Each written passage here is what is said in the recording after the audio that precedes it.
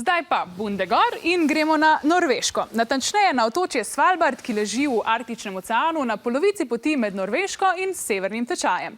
Kakšno je življenje v ledeni divjini med severnimi medvedi in polarnimi lisicami, nam bosta pokazala 11-letni Karl Martin in 12-letna Heda.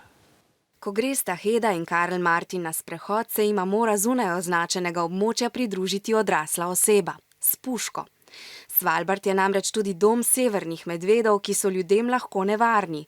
In prav ti beli kosmatinci so poskrbeli za še eno posebnost življenja na otoku. Ingen som låser biler eller hus her, så man kan kunne gå inn hvis det kommer isbjørn.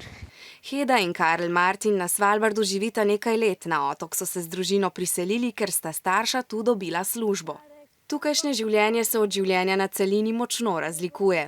Na Svalbardu na primer ni dovoljeno imeti mačk, saj imajo te lahko nalezljive bolezni, ki bi lahko bile usodne za ogroženo živalsko vrsto, polarno lisico.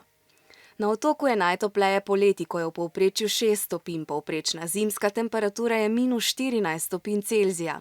Večna zima ima svoje prednosti. Det er at du kan kjøre skuter og drive på snowboard og ski og nesten hele tiden. In skuter je najobičajnejše prevozno sredstvo na Svalbardu, ima ga skoraj vsak prebivalec.